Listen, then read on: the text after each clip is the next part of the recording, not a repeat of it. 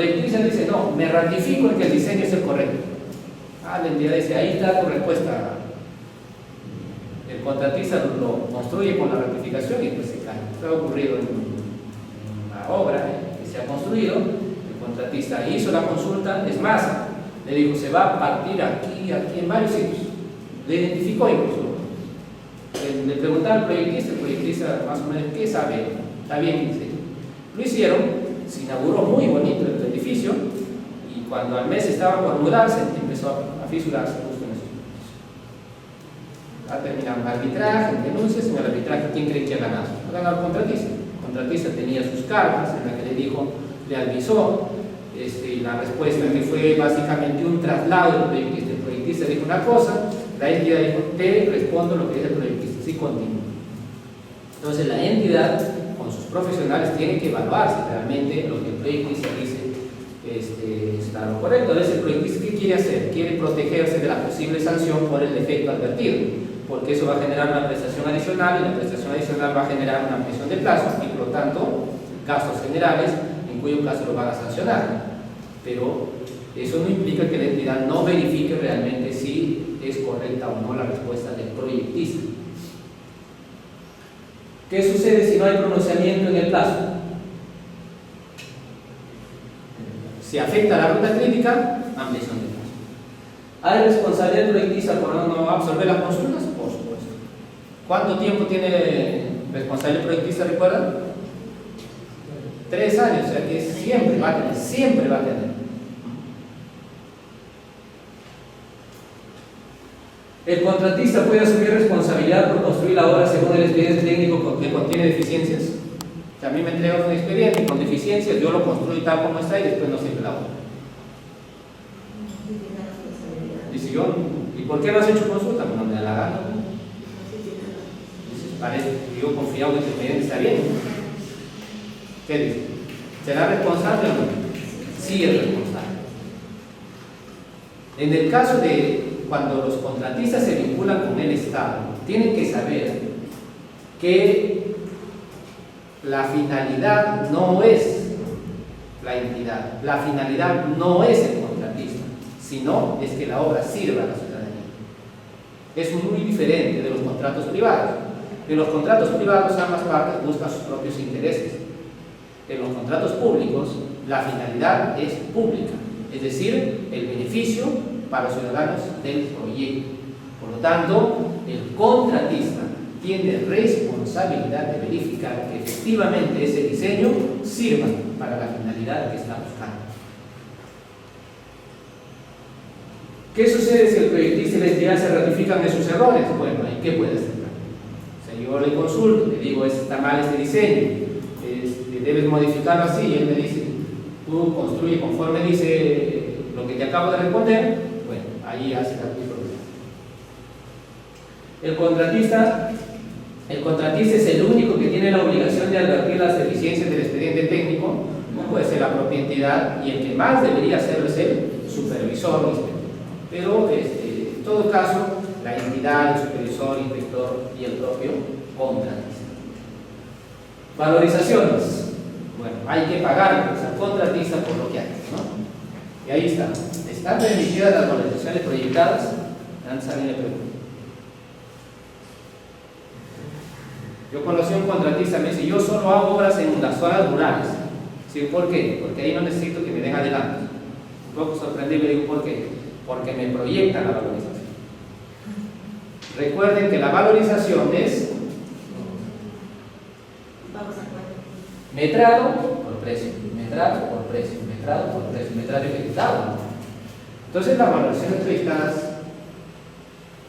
no tienen sustento legal. Es más, es causal de sanción. ¿Por qué? Porque si yo te presento una valorización proyectada, significa que estoy declarando que ya ejecuté tales y tales metrados. Pero esos metrados no están ejecutados, por lo tanto es información inexacta. ¿De quién? Del contratista y del supervisor. A los dos los vamos a sancionar. O sea, lo informan al tribunal y el tribunal les va a iniciar un procedimiento sancionador a ambos. Ustedes dirán, pero era diciembre, como dijo nuestro compañero, se va a perder el dinero. Sí, pues esos son parte de los riesgos que asume el contratista cuando se vincula con el Estado. Es una lástima, ¿no?, que el Estado tenga que al 31 de diciembre regresar el presupuesto para que se programe, se reformule y eso demore 3 meses. ¿Por qué creen que han puesto no puedes paralizar la obra si te debo 3 valorizaciones? Justamente por eso. Enero, febrero y marzo y todavía de abril, hasta ahí ya, bueno, ya reformulé mi presupuesto y ya te puedo pagar. Por eso, pues. El Estado ya se ha cubierto de esa posibilidad. O sea, no sé por qué, con tanta tecnología que hay en la actualidad, es necesario hacer toda esa operación. Antes yo supongo que uno tenía que ver manualmente, tenía que verificar, pues, si se gastó el presupuesto, dónde está, pero ahora con tantos programas digitales eso debe ser casi instantáneo hacer la transferencia. Pero así estamos hoy. Bueno, estas son las valorizaciones de la obra principal, de intereses por demora, gastos generales o de prestaciones adicionales. ¿Cómo se calcula? Ahí está. Precios unitarios, suma alzada. Miren, es igualito. ¿En qué se diferencian ahora? Antes, con la ley anterior, esta fórmula era así. Pero la de suma alzada, aquí está el factor de relación. Ahora ya. Nuevamente es precio metrado por precio ofertado. Gasto general ofertado, utilidad ofertada más IGB. Miren, igualito. Ofertado, ofertado, ofertado. ¿Y en qué se diferencian entonces ahora? ¿Ah? Oye, es lo mismo, ya estamos perdiendo el tiempo. ¿En qué se diferencia ahora? La valorización a precio unitario ya es suma alzada. Antes era facilito quitar el factor de relación. La única diferencia ahora es que en suma alzada se paga el monto total de la partida, independientemente si hay mayores o menores metrados. Acabó la partida, le pago todo si hubo menores metrados. Todavía ya acabó los metrados, que la partida no se acaba, igual tendrá que construirlo con su plata.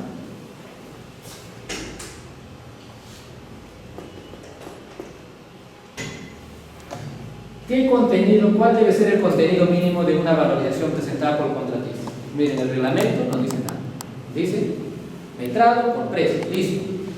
Así que si quieren pedirle documentos, tienen que ponerle las bases. Si no, el contratista lo único que debe presentar es su cálculo, nada más. Les dije que podrían pedirle, entre otras cosas, incluso los pagos a sus trabajadores, pero tienen que pedirlo en las bases. Si no, no hay forma de pedirle más que el cálculo y su comprobante de pago. Trámite de la valorización. Por ejemplo, si la obra empezara el 28 de este mes, de diciembre, ¿cuándo se presenta la primera valorización?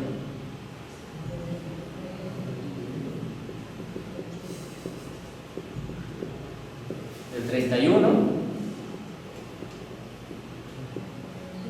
O se debe presentar el 28 del otro mes. Miren lo que dice el reglamento.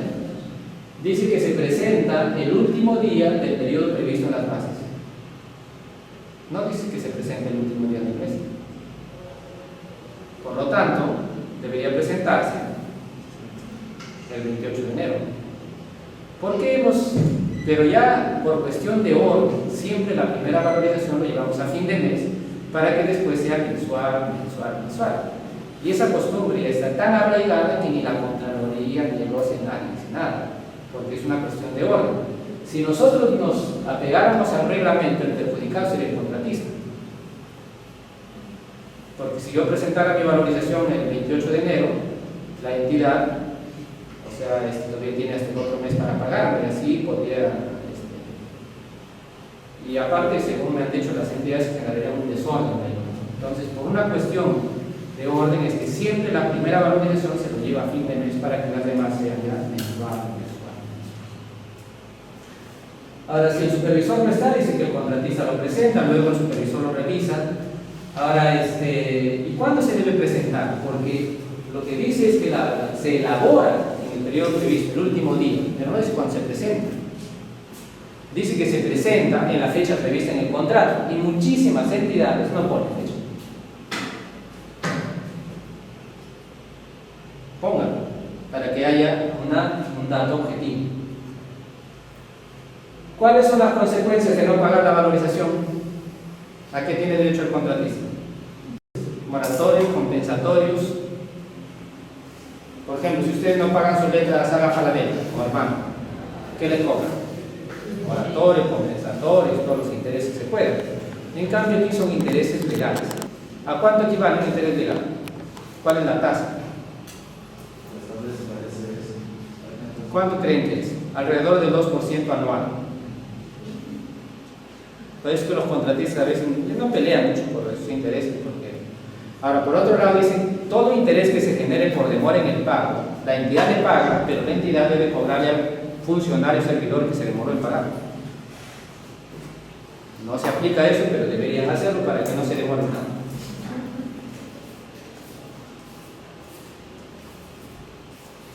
¿Qué pasa si yo presento mi valorización por 1.000.000 de soles y el supervisor dice no hay 100.000?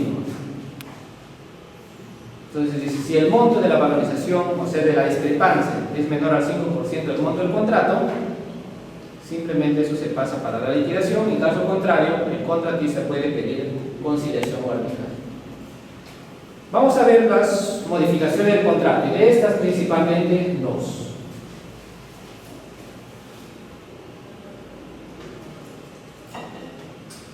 Son las modificaciones posibles, adicionales, ampliaciones de plazo, cesión de posición contractual de derechos y modificaciones convencionales.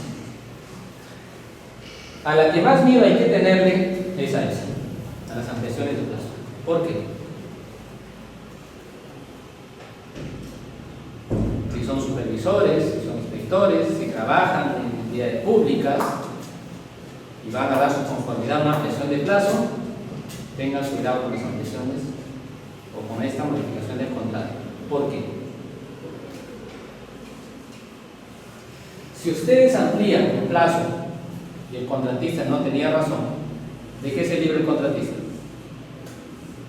De la penalidad por mora. Un contrato de 50 millones, ustedes le dan una ampliación de plazo y él se libra de la penalidad por mora, que puede ser del 10%. ¿Qué perjuicio económico hay para la entidad? 5 millones de soles.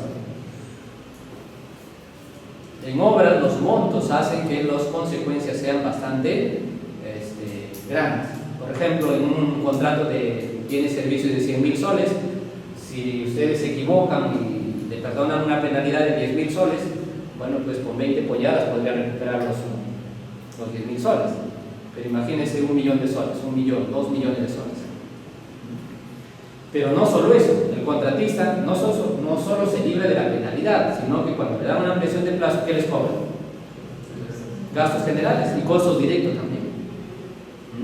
Entonces, por eso es importante verificar que la ampliación de plazo realmente tenga sustento. Mire, para que proceda una ampliación de plazo, el contratista debe demostrar 3 cosas. La primera es la causal. Es decir, que el hecho que ha generado la demora o la paralización no es atribuible a él. ¿Y qué significa que no es atribuible? Ahí dice, no atribuible. El reglamento no dice nada más.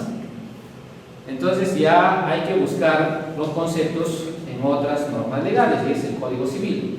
Y ahí dice, por 3 razones, hay 3 razones que no se imputa responsabilidad al contratista. Caso fortuito, fuerza mayor o debida diligencia. ¿Qué es caso fortuito y fuerza mayor? Por ejemplo, una huelga, que ahí se derrumbó la carretera, no lo deja pasar, está justo en la partida de movilización de maquinaria, no puede pasar. Pero como concepto, miren, son hechos que deben reunir 3 características. Y dijo un amigo, yo quiero llamarme caso fortuito y fuerza mayor cuando le expliqué eso. ¿Por qué? Miren, es que para ser caso fortuito y fuerza mayor debe ser extraordinario. Yo soy extraordinario, soy imprevisible y además irresistible. Así que si ustedes se consideran así, pueden ser caso fortuito y fuerza mayor. Efectivamente, si esas 3 características hay en un evento, entonces es caso fortuito y fuerza mayor. Extraordinario, imprevisible e irresistible.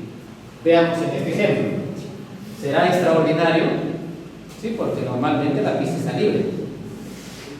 ¿Será imprevisible? Tú sabes que va a llover, pero no sabes qué día exactamente va a caer esa piedra o si va a caer. y será irresistible, ¿por dónde pasaría el camión? No hay forma.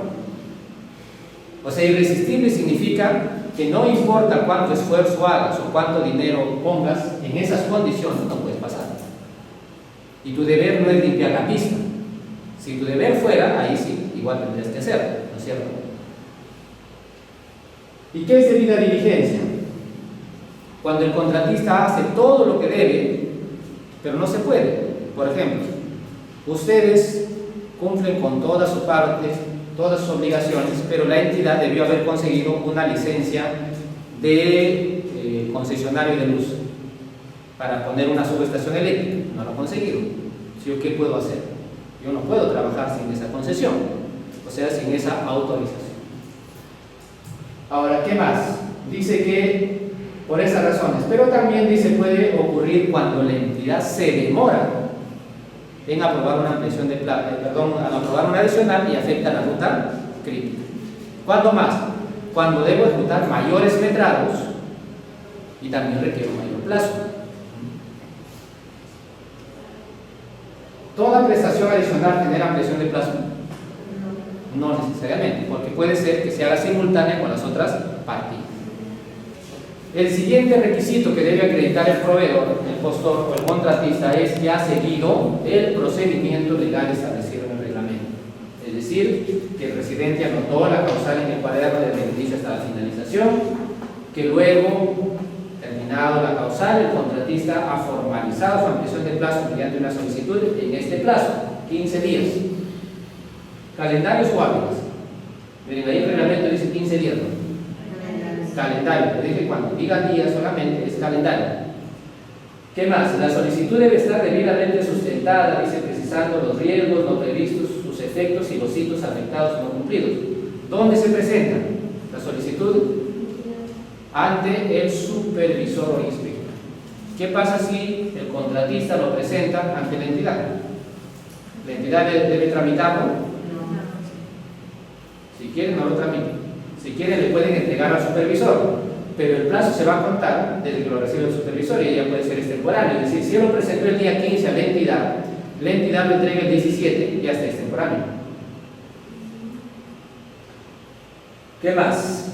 ¿Qué pasa? El contratista dice, pero si no viene el supervisor, ¿dónde quieres que lo presente?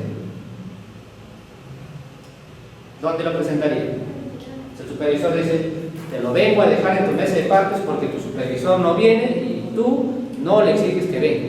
Así que ahí está mi solicitud. Reciben. ¿Lo reciben o no? ¿Dónde debe entregarlo si no viene el supervisor? Recuerdan que cuando empezó la obra le han dicho quién es el supervisor y ahí deben decirle también que su domicilio es en tal lugar. Ahí debe entregarlo. Ahora, si es inspector, ahí sí puede entregarlo a la entidad. ¿Por qué? Porque el domicilio de una persona también puede ser su centro de trabajo. Como el inspector trabaja en la entidad, entonces sí es válido. Luego, la entidad, o sea, recibe el supervisor y ese tiene 5 días para emitir su opinión. ¿Qué pasa si la solicitud está incompleta? El supervisor, si ustedes fueran supervisor o inspectores, ¿lo observan o no? ¿Le dan plazo para subsanar? O me devuelven, porque yo he visto que hay supervisores que lo devuelven, está incompleto, te devuelven. No existe ninguna norma legal que permita la subsanación o la devolución. Si lo presenta incompleto, le falta datos, simplemente se declara improcedente, así de sencillo. No hay subsanaciones, no hay devolución. Es más, el contratista puede ganar plazo, tiempo. ¿Qué más? Si no hay pronunciamiento de la entidad, se aprueba la opinión del inspector o supervisor. Es decir, yo como supervisor o inspector, el día 15 presento mi informe a la entidad y al contratista. A los dos debo notificarle mi opinión. Y luego la entidad no dice nada, esa opinión se convierte en la decisión de la entidad. Si el inspector o supervisor no emite su opinión y la entidad no dice nada, se aprueba la solicitud del contratista bajo sus términos. Así no tenga la razón. ¿Y qué pasa si no hemos pronunciado o lo hemos notificado tarde y ya se amplió el plazo? Por eso yo les preguntaba, o les decía, ¿dónde notificamos al contratista? Ustedes sacan su resolución al día viernes y es el último día, es el día 15. Y el día viernes el contratista ha cerrado su puerta temprano, no ha sabido que lo van a notificar. Llega el notificador, no hay nada. Y la ley de procedimiento administrativo general dice que debes hacerle una segunda visita, que la primera no vale. El Código Procesal Civil dice lo mismo. En esos casos es de suma importancia ver el correo electrónico. Entonces ahí no hay problema, lo notifican por correo electrónico y ya está. Si se olvidaron de pedir correo electrónico y es el último día, notifíquelo notarialmente, porque el notario sí puede notificar en el mismo día. ¿Qué más? Efectos, consecuencias de una ampliación de plazo, modificación del calendario y pago de mayores costos directos y gastos generales. ¿Qué costos directos les puede cobrar el contratista? Miren, la ley antigua decía solo gastos generales, la actual dice también costos directos. ¿Qué costo directo les podría cobrar?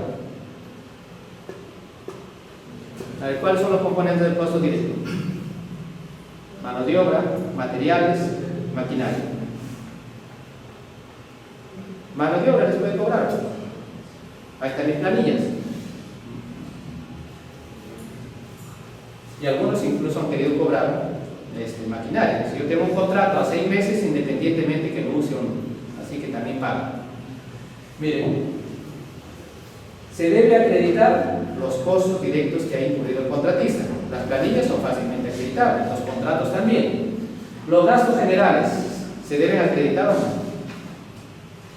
Si la obra se paraliza, se debe acreditar. Si no se paraliza, deben pagar todo. Si ustedes fueran contratistas, ¿paralizarían o no? Los contratistas no quieren paralizar, aunque se están haciendo cualquier trabajito con el fin que le pague todo y él no tenga que acreditar nada. De modo tal que si ustedes trabajan en una entidad y ven que no va a haber actividad, vayan y digan la obra queda paralizada de aquí en adelante. Él tendrá causal de ampliación de plazo, pero los gastos generales que va a cobrar serán los que pueda acreditar. Si no se paraliza la obra, él va a cobrar todo. ¿Son renunciables los mayores gastos generales? Porque a veces los contratistas dicen, yo he pedido mi solicitud de ampliación de plazo, me han llamado de la municipalidad, me han dicho para aprobarte, ven y renuncia a los gastos generales. Entonces yo he mandado mi cartita, dice, y además notarial, que no te acepto. Entonces presentan una cartita, dice, renuncia a los gastos generales y legaliza su firma. Miren, los gastos generales sí son renunciables, pero después que se ha notificado la resolución de ampliación de plazo. No se puede renunciar a lo que no se tiene. Entonces, ustedes le notifican, te amplío la ampliación de plazo por 60 días, los gastos generales son de 50.000 soles y al día siguiente vas y renuncias. Y alguien dice, ¿quién va a renunciar una vez que ya la reconocí? Y cuando le han preguntado a los, eso demuestra que los está opcionando. La renuncia debe ser absolutamente libre. Ha habido casos en los que el contratista renunciaba a los gastos generales de una ampliación de plazo de 5 porque se venía a otra de 60. O sea, la entidad le ha dicho que no sea malo, pues ya por lo menos de esta renuncia. Perdón. ¿Quieren una recomendación cómo hacerlo renunciar al contratista de manera legal?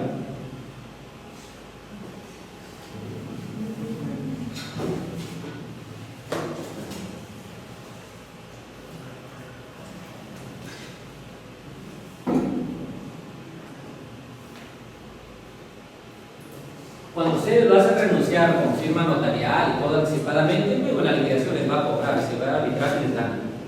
Pero hay una forma de hacerlo renunciar y ya no se puede reclamar. Mediante un acta de conciliación en un centro de conciliación. Si le dicen, mira, tú me has pedido una ampliación de plazo de 60 días, de 90 días, no voy a sacar una resolución, vamos a un centro de conciliación. Van al centro de conciliación. Acuerdo 1, la entidad otorga la ampliación de plazo de 90 días. Más sus gastos generales. Acuerdo 2, el contratista renuncia a los gastos generales. Ya no puede reclamar después porque él ya sabía sus derechos y ya renunció voluntariamente. Algunas entidades sacan su resolución, dice así: artículo 1, apruébese la ampliación de plazo por 90 días. Artículo 2, no se reconocerá mayores gastos generales. Publíquese y archívese. Miren, esa segunda parte no tiene ningún valor. El contratista no puede cobrar sus gastos generales en cualquier momento hasta la liquidación. Como consecuencia, pues, de esto tendremos que modificar nuestro calendario, ¿no? Y los calendarios, el inicial, el calendario actualizado con modificación de ampliación de plazo, y los otros calendarios, que es el con trabajos acelerados que hemos explicado hace un momento. La otra figura que genera muchos problemas son las prestaciones adicionales. Y las prestaciones adicionales, hasta hace unos 2 o 3 años atrás, pues se aprobaban por cualquier error del expediente técnico. La entidad tenía la obligación de aprobar los adicionales, pero ya les he dicho, en la actualidad el reglamento es bastante, o la ley es bastante rígida, para que lo lean. Ahí está. Es el numeral 34.5 de la ley de contratación.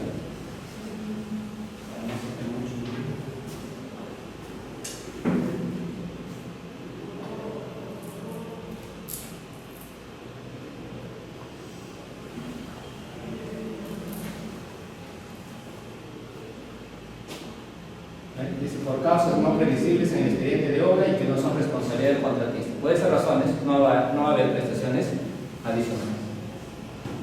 Entonces, bajo esa interpretación que dice no previsibles atribuibles al contratista, pues es como una caja de sastre. En realidad los funcionarios no quieren aprobar nada, dicen no, pero ahí hay una partecita en la memoria efectiva que decía algo, una especificación tal, y bueno, se están cerrando porque después tienen miedo que los enjuicien, que los demanden, y como les digo, en este momento hay un problema bastante complicado con eso.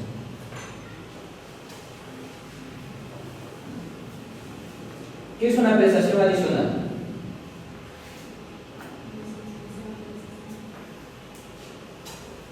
Bueno, ahí está la definición, ¿no? Eso está en el reglamento.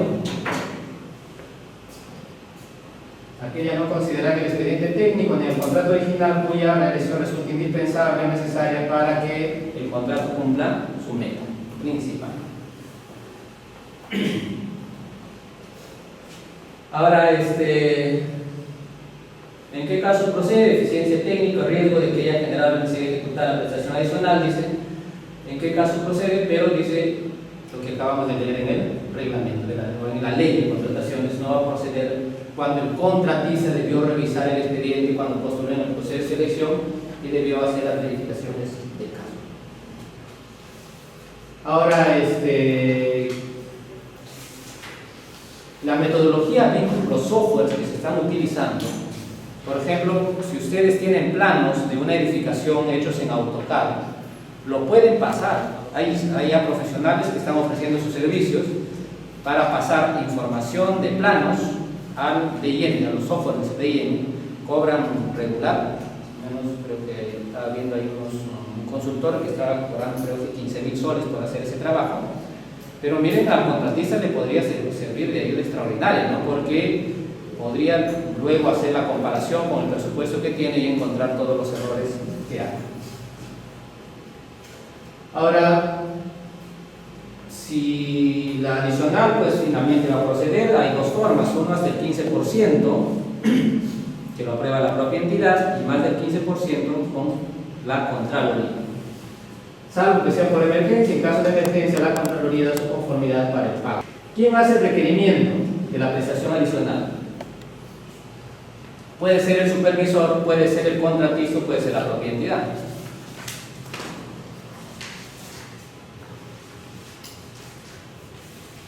¿Qué procedimiento se debe seguir si la entidad o la Contraloría niega la prestación adicional? Yo le digo a la entidad: mira, aquí falta una partida, falta una estructura, apruébalo. La entidad dice: yo te lo apruebo que lo hagas, pero no es prestación adicional, págalo con tu plata. ¿Qué puedo hacer? No me puedo ir a arbitraje, no puedo pedir conciliación, tengo que demandarlo a la entidad en el poder judicial.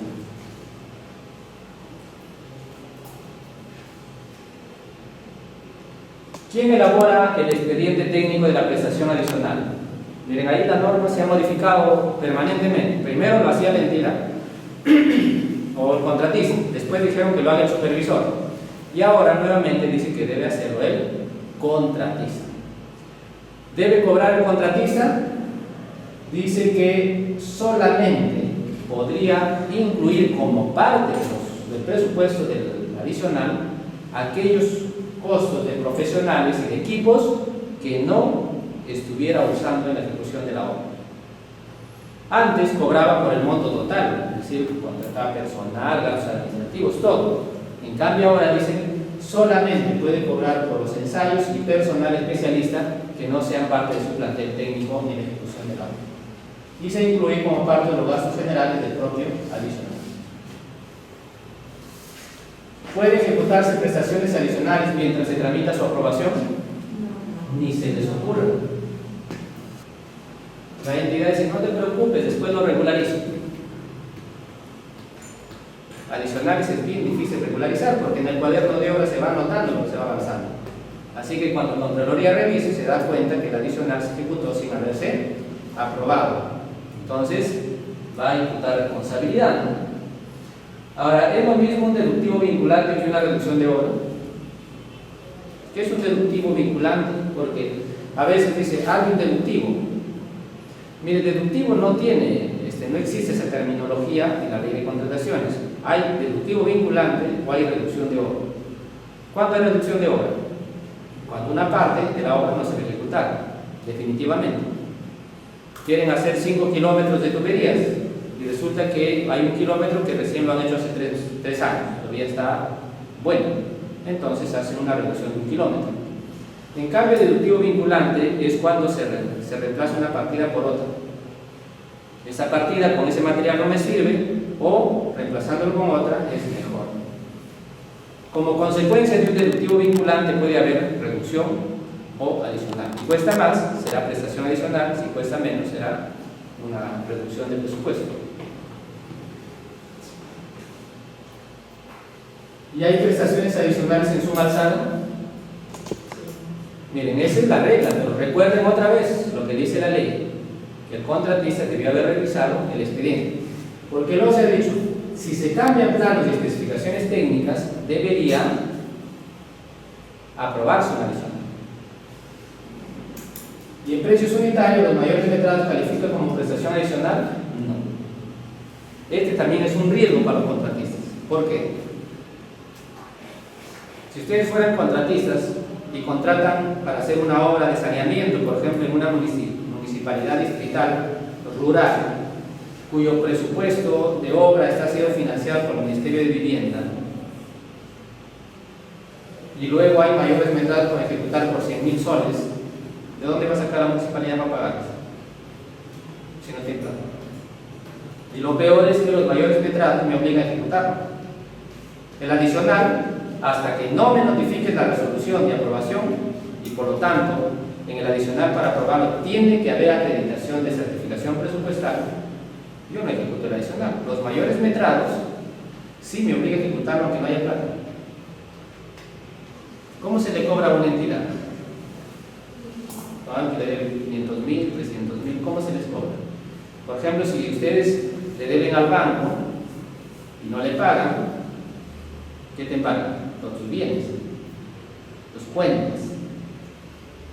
¿Se le pueden pagar los bienes a la municipalidad? Nada. Le puedes embargar sus cuentas. El Tribunal Constitucional dijo que sí, pero la Corte Suprema en el año 2016, en Tumbes, en una resolución, dijo que nada, ni cuentas, ni bienes, ni nada. La resolución al final decía, señores de la municipalidad, ya ha pasado como 8 años, razonablemente pagarle en cuotas mensuales. Pero no decía de dónde. O sea, ¿qué debe hacer una entidad cuando debe? Debe pedirle al gobierno que le asigne, y el gobierno puede asignarte un porcentaje para que vayas pagando un promedio de 5 años. Verán que no es tan bueno en última instancia a veces el mercado de la contratación de obras. Si es un gobierno regional, si es una municipalidad provincial, si es una universidad, podría ser, porque tiene fondos. Pero si es una municipalidad distrital, claro, Para yo arriesgarme a hacer una obra de ese tipo, tengo que darme cuenta que el expediente realmente está tan bien presupuestado que no va a haber estos riesgos de adicionales de mayores retrasos, porque la entidad me va a decir que debo.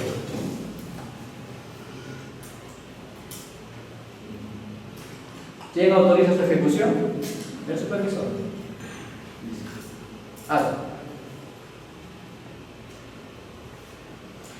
Bueno, el procedimiento es que se anote en el cuaderno de obras, el supervisor dice que sí procede, le avisa a la entidad lo aprueba y le dice al contratista que elabore el expediente de la prestación adicional.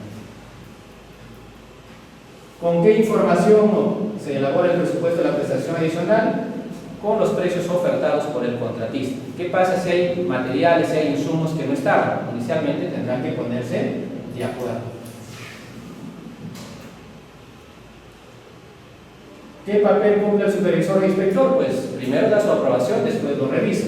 ¿De cuántos días dispone la entidad para aprobar y notificar? Dice de 15 días, pero desde que le entrega pues, el expediente, ¿no? El contratista puede negarse a ejecutar una prestación adicional.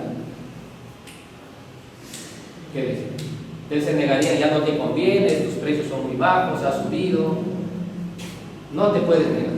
La prestación adicional es una decisión unilateral de la entidad. No se puede negar al contratista. ¿Qué pasa si se niega?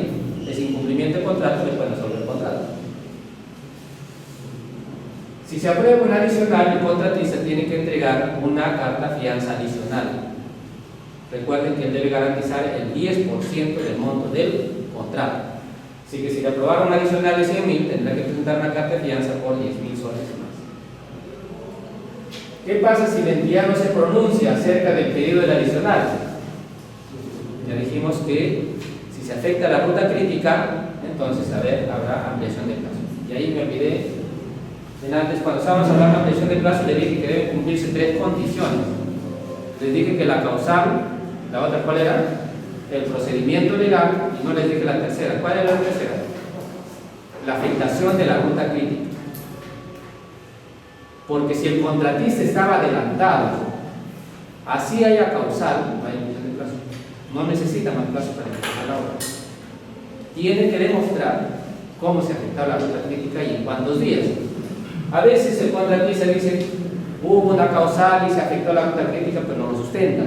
Tiene que decir, tiene que estar bien cuantificado qué partida se afectó, si es parcialmente. En teoría yo podría pedir una ampliación de plazo en función de la ruta crítica de que te presentaba, ¿no es cierto? Pero recuerden que el supervisor va a verificar si efectivamente necesitan un plazo o no. Porque el supervisor podría decir, la ruta crítica teórica sí se hubiese afectado, pero en realidad está tan adelantado que no necesita más plazo. Porque recuerden que yo te doy ampliación de plazo porque no vas a poder terminar dentro del periodo establecido. Ahora el contratista podría decir, bueno, pero ese es mi derecho de ganármelo y terminar anticipadamente o no. El contratista se va a basar en su cronograma que ha presentado como para la ejecución. El supervisor podría hacer un análisis y decir que no necesita más plazo para acabar la obra dentro del periodo establecido. Mire, eso, si nos basamos en normas tal y como están, pues debería ganar el contratista. Pero recuerden que en la actualidad, a raíz de esos problemas de Odebrecht, en la solución de controversia, los árbitros ya no se fían de los procedimientos en absoluto, más aún si a un grupito de esos los han metido presos. Antes, por ejemplo, yo presentaba mi liquidación, la entidad no lo observaba en 60 días, ¿qué dice la ley? Ya está consentida. Y los árbitros se lavaban las manos. En la actualidad, ningún árbitro hace eso. A mí no me importa que se haya consentido tu liquidación, yo voy a revisar el fondo. Entonces, igualito van a hacer con esto. ¿Por qué? Porque son parte de los riesgos que asume el contratista. Y la regla es, teóricamente, que yo te doy ampliación de plazo porque no vas a poder acabar dentro de ese periodo. Esa es la teoría, esa es la razón de dar ampliaciones de plazo. No es de dar por dar, ¿no es cierto? Entonces, teóricamente, está atrasada la obra si es que hay esa causal, pero en la realidad no es así. Y al final debe resolverse en función de los hechos. ¿Qué pasa cuando el monto de la prestación adicional supera el 15%? Bueno, ahí la entidad lo aprueba y luego el expediente lo envía a Contraloría. Contraloría tiene 15 días para aprobarlo. Mira, ahí son 15 días hábiles. ¿Y desde cuándo se cuenta ese plazo? Desde que la Contraloría recibe el expediente completo. Si le falta alguna información, le pide a la entidad y recién se pronunciará. ¿Hasta cuándo puede aprobar la Contraloría? Hasta el 50%. ¿Qué pasa si el adicional es superior al 50%? Dice que la obra se resuelve. ¿Y cómo se ejecuta el saldo? Se convoca otro proceso de selección. Bueno, si ya todo fue conforme, hay que entregar la obra. Hay que recepcionar la obra. Miren, la palabra recepcionar no existe. Les han puesto en su sello, voy a recepcionar. Ha recepcionado la obra. No existe la palabra recepcionado o recepcionar. Existe recibido. Bueno. Para que la obra sea recibida tiene todo un procedimiento, ¿no? El residente dice, ya acabé. Cuaderno de obra. El supervisor tiene ¿cuántos días? 5 días para decir sí o no. Si dice sí, la entidad tiene 2 días nomás para formar su comisión. Miren, antes tenía 7, ¿se acuerdan? Ahora tiene solo 2 días.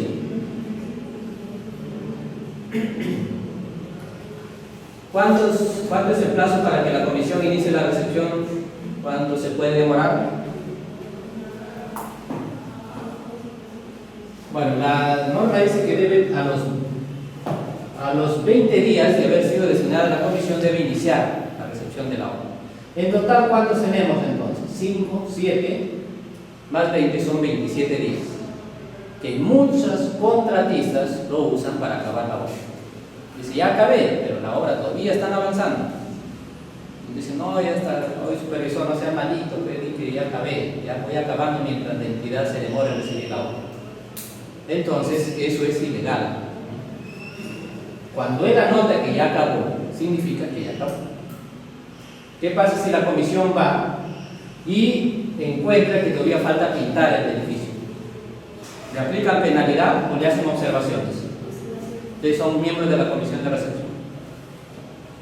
Se van y esto debe ser de color azul y está recién con la base blanca. Son de 5 pisos, 4 ya está azul, pero el último piso no falta nada. ¿Qué dice? Levantan un acta de observaciones, falta pintar el 5.º piso, te doy un plazo de 10 días y 1/10 del plazo. O le dicen, ¿sabes qué? Ya estás con tu 10% de penalidad. Pobrecito, ¿sí? Pobrecito el contratista y después pobrecitos ustedes, porque a ustedes les van a cobrar. El contratista no ha acabado la obra. Las observaciones no son para que el contratista termine la obra. Si ustedes van a enviar, imagínense, 5 días del supervisor, 2 días para formar la comisión y van el día 20, van el día 27 y falta pintar, significa que el contratista tiene 27 días de penalidad por mora a esa fecha. Más hasta que acabe de pintar, probablemente ya sea un mes, ya está por el 10%. Y recuerden que es una obra de 10 millones, ¿cuánto es la penalidad? 10%, 1 millón de soles. Ustedes no lo cobran, a ustedes van a cobrar la Contraloría cuando haga una auditoría. Y ustedes dirán entonces, si no, las observaciones no son para que acabe la obra, entonces ¿qué tipo de observaciones voy a hacer si ya no hay nada que ya la obra está acabada? Podría ser una edificación que cuando se ha sentado se fisuran a veces los tarrajeos, se rompen las esquinas, una puerta se cayó, se rompió por ahí por un choque, no sé. Claro, pero el 100% de las partidas tienen que estar terminadas a la fecha en la que anotó en el cuaderno de obra. Si el supervisor le da la conformidad, significa que los dos han declarado información inexacta y los va a sancionar el tribunal además.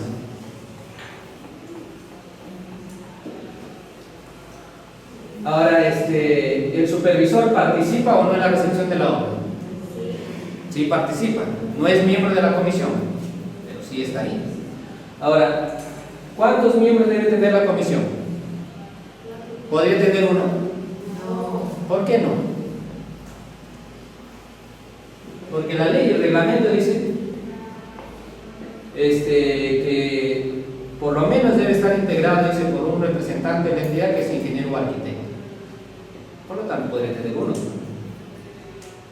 Pero alguien me dice, pero ahí dice comisión, y la comisión no puede ser de uno. ¿Qué pasa? Que hay obras, por ejemplo, de una aula, ¿no? ¿Por qué no podría ir un ingeniero mirando si está bien o está mal? Pero como la redacción está de esa manera, dice comisión, entonces una comisión no puede ser de uno. Entonces de ahí dice, bueno, mejor voy a poner dos, no voy a hacer que el auditor diga, pero ahí dice comisión. Pero miren, la norma dice, por lo menos, por un representante de la entidad, ingeniero o arquitecto. Porque ¿qué pasa si es una municipalidad pequeña y hay un ingeniero que hay que contratar a otro de otra municipalidad para que forme la comisión? Bueno, ya el procedimiento, eso está en el reglamento. En caso de existir observaciones, se levanta el acta, se le da un plazo de 1 o 45 días y el contratista tiene que levantar pues, las observaciones. Si alguna vez van a formar una comisión de recepción de obra, pequen por exceso que por defecto. No se puede hacer un segundo pliego de observaciones. Por única vez. Así que si se les pasó alguna, ya podrían avisarle al titular de la entidad, pero ya es como que queda, dice, por vicios ocultos, una situación más complicada de subsanar, ¿no? Ahora, ¿qué pasa si el contratista ya pasó la mitad del plazo para levantar las observaciones y no empieza? Después resolver el contrato. ¿Qué pasa si se demora en levantar las observaciones? Le aplica penalidad. Ahí están las consecuencias, ¿no? ¿Qué pasa si la comisión en vez de ir el día 20 se va el día 40? Dice que toda demora de la comisión a iniciar la recepción de obra se agrega al plazo de ejecución de obra. Ya ha habido situaciones como la siguiente: un contratista que ejecutó una obra por 40 millones de soles se había demorado 14 días. Ya se había hecho, como dicen algunos, se había echado al dolor. La penalidad era como 340.000 soles. Ya se había resignado, pero la comisión se demoró 20 días en ir. Dijo, ahora ya no me he demorado nada, porque ahora mi plazo se ha ampliado en 20 días más automáticamente. Por lo tanto, he acabado dentro del plazo. ¿Así se interpreta o no? Miren, así dice textualmente el reglamento. Toda demora de la comisión en recibir la obra a partir del día 20 se añade automáticamente al plazo de ejecución de obra. Y no pone más condiciones. Por lo tanto, si mi plazo inicial era de 210 y de comisión se demoró 20, ahora serían de 230, ¿no? Miren, ha habido interpretaciones de los árbitros a favor y en contra, pero mejor es no exponerse, ir exactamente en esa fecha, más aún si el contratista no ha terminado dentro del plazo. ¿Qué sucede si el contratista subsana las observaciones, el supervisor expresa su conformidad y la comisión no recibe la obra? ¿En qué caso puede ocurrir esto? Que la comisión va a recibirme la obra, me hace las observaciones. El contratista la subsana y la comisión desaparece. Eso ocurre cada cambio de gobierno municipal y regional. Porque yo levanté las observaciones el 28 de diciembre. La comisión en enero ya no existe porque el nuevo alcalde no los contrató. Y la nueva comisión dice, o sea, el nuevo alcalde dice que esa obra no es de mi gestión. No quiere recibirla y si no puede recibirla no puede liquidarse. ¿Qué haría? O sea, la obra está terminada, levantaron las observaciones, el supervisor dio la conformidad, pero la comisión ya no hay. Y el nuevo alcalde, el nuevo gobernador regional, se niega a formar una para recibir esa obra. Pues esa obra no es de mi gestión, porque lamentablemente nuestras autoridades creen que es la persona la que contrata cuando es la municipalidad, pero así lo hacen. Si ustedes fueran contratistas, ¿qué van a hacer para que liquiden? Recuerden que no pueden liquidar si no tienen recepción de obra. Alguien me ha dicho, le mando carta notarial, le mandas carta notarial, el alcalde hace un avioncito y lo lanza. Segunda carta notarial. No sé por qué creen que las cartas notariales tienen efecto. A lo único que sirven las cartas notariales es para que el notario gane plata. Para que el notario gane plata. ¿Qué harían? De eso se presentan todos los cambios de gestión. Y ahora el contratista digo, ya pasó 3 meses, 4 meses, no me reciben la obra y lo están usando. Que no puedo liquidar. Y si no puedo liquidar, no puedo recuperar mi carta fianza. Puede que no le deban, pero ahí tiene una carta fianza de 1.000.000, de 600.000, 500.000. ¿Cómo recuperaría? Ya ven, eso no está en la ley, pues, tienen que pensar, pues, ¿qué harían?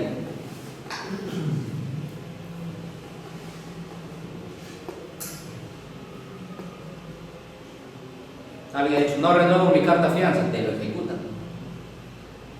Porque recuerden que la carta fianza debe estar vigente hasta que la liquidación quede consentida, pero no hay liquidación porque no les reciben la obra.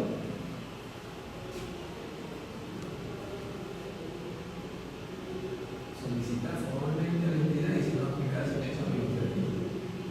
No hay salidas administrativas. Tribunal dice, eso no es mi asunto. Tribunal dice, yo tengo 2 funciones, ¿no? Tribunal de contemplación dice, yo sanciono a proveedores que han resuelto el contrato, que han presentado documentos falsos y resuelvo recursos de apelación. Me voy a arbitraje. El arbitraje dura 3 años, imagínense. Me voy a arbitraje para que me reciban la obra. 3 años después, ya te recibo. 3 años ya perdí.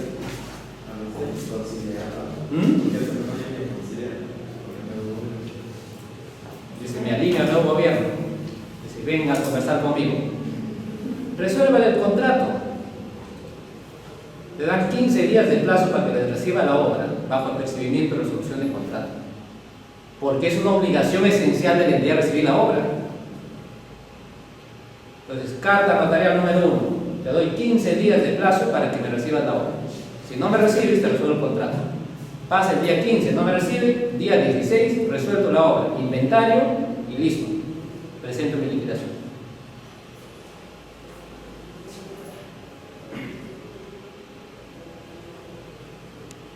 ¿Qué debe hacer el comité de obras si la obra no está concluida? El comité de recepción simplemente levanta un acta y dice la obra no está concluida, no hay observaciones, por lo tanto, señores de logística, aplique la penalidad por mora desde tal fecha. Y hasta aquí se acaba. Sanción por mentira. No solamente va a ser considerada información inexacta, sino que el contratista se hace merecedor a la penalidad por mora y al supervisor que se la estaba llevando fácil también le va a aplicar una penalidad. Ahora miren que es del 1 al 5% de su contrato por decir que la obra ya estaba acabada cuando no era así. Y además les pueden decir que hay responsabilidad penal, que se han coludido con el fin de perjudicar a la entidad. Bueno, y después ya viene la liquidación, que esto es un trámite muy sencillo ya, porque la liquidación simplemente es para saber quién le debe a quién. Yo he visto todavía algunas entidades que le piden 20 documentos al contratista de la liquidación. En realidad, la liquidación simplemente es una saca de cuentas, ya no es para pedir papeles. Le piden, dame las resoluciones de ampliación de plazo, las resoluciones de adicional. Pero ¿quién tiene esa resolución? La entidad, pues, ¿no? Dice, dame una copia de tu carta fianza y tú lo tienes. A veces piden tantos documentos que no tiene sentido. La liquidación simplemente es un cálculo. ¿De qué? Lo que te pagué. ¿Qué más? Los adelantos, si se amortizaron o no. Las penalidades.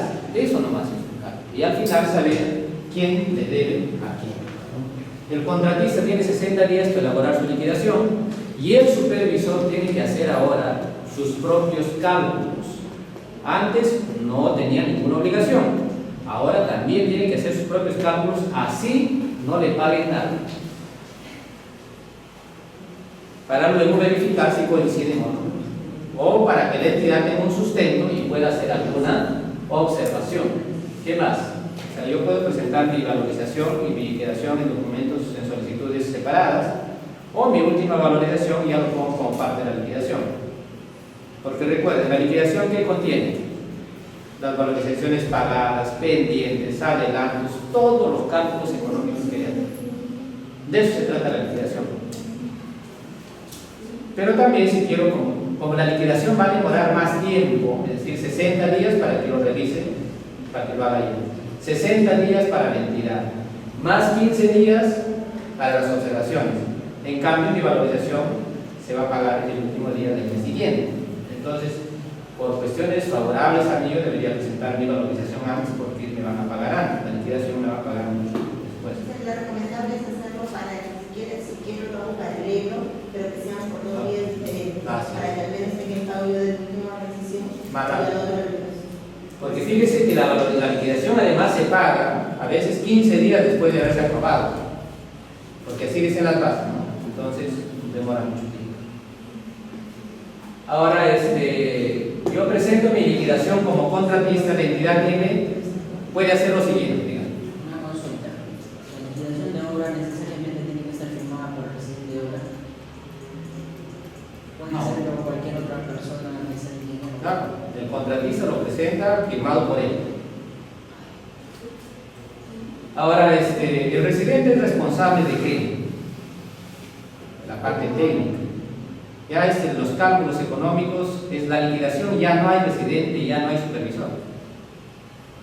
¿Cuándo se acabó la función del residente y supervisor? Cuando la obra se entregó a conformidad. O cuando el contrato se resolvió por culpa de alguno de ellos y quedó consentido, ya también ya se desvincula, ¿no es cierto? Y en la liquidación ya es un cálculo trámite administrativo, ¿no? Si participa el supervisor, ya no participa como supervisor, participa si quieren como especialista en costos y presupuestos. ¿Sí? El residente puede, como trabaja permanentemente para mí, entonces me ayudará a hacer los cálculos para presentar a la entidad. Para mí como empresario, sí necesito que él me lo firme, porque yo tengo que ver quién está pues, siendo responsable de ese documento. Bueno, si es una empresa chiquita, de repente será un solo ingeniero, pero piensen en una empresa como COSAL. ¿Cuántos ingenieros tienen? Tienen que saber quién hizo eso, porque si está mal, hoy para llamarlo como para arreglar eso. Entonces decíamos que la liquidación presentada por contratista, la entidad, ¿qué puede hacer? Puede aprobarla, puede no decir nada, puede observarla o puede elaborar otra. ¿Sí? Tiene 4 alternativas. Si lo aprueba, se acaba. Si no dice nada, en teoría se acaba. Si lo observa, entonces le notifica al contratista y ese tiene 15 días para hacer 3 cosas: no decir nada, estar de acuerdo o decir que se ratifique su liquidación original. Si fuera así, se generó una controversia. Yo les dije que la entidad, si no dice nada, en teoría se aprueba la liquidación.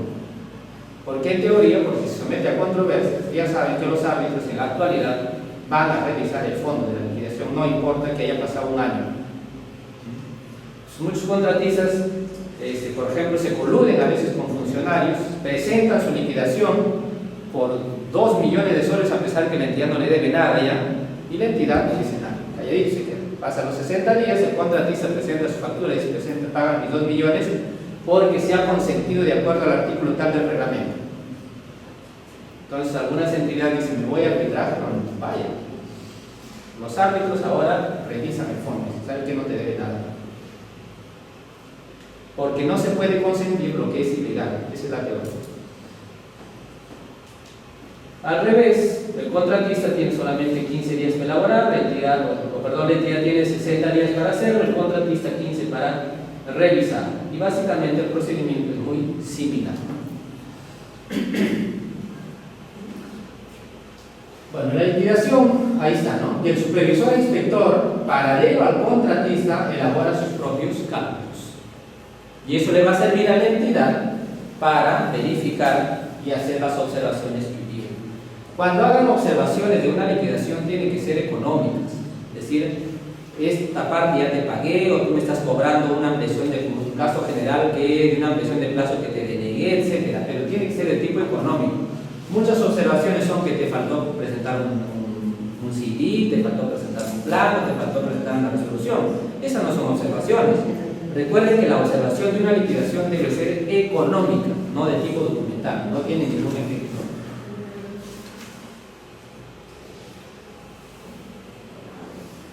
Esta es una posibilidad muy lejana si es que la entidad no hiciera, el contratista no hace su liquidación en los 60 días. Pasa 60 días y la entidad tampoco no lo hace. En ese caso, cualquiera de los dos puede reiniciar el procedimiento. Como último tema, consecuencias del incumplimiento de un contrato. ¿Cuáles pueden ser? Intervención económica, aplicación de penalidades, resolución de contrato, ejecución de garantías, sanción administrativa. Esto es por responsabilidad del contratista. Causales de la intervención económica, una es cuando se atrasó más del 20% de acuerdo al calendario de obra. Ahí le piden un calendario acelerado y vuelve a atrasarse. Entonces la entidad interviene económicamente. ¿Qué significa intervención económica? Miren, esta es una de las directivas más antiguas que estaba vigente. Estaba vigente del año 2003, la directiva de intervención económica, pero hace un par de semanas ya fue derogada por una nueva. Que si quieren ver la nueva directiva, está dentro de la página web del OSO. Miren, esta intervención económica significa que ahora el contratista ya no va a poder disponer de los pagos que haga la entidad directamente, sino va a tener que abrirse una cuenta mancomunada y ahí se depositan todas las valorizaciones, todos los pagos de las valorizaciones, y para poder hacer pagos se tiene que ser con acuerdo del interventor de la entidad. El contratista presenta sus valorizaciones, pero no solo la valorización, debe presentar sus facturas de los proveedores, las planillas de los trabajadores, de las AFP, de los impuestos. Solamente así se hacen las transferencias.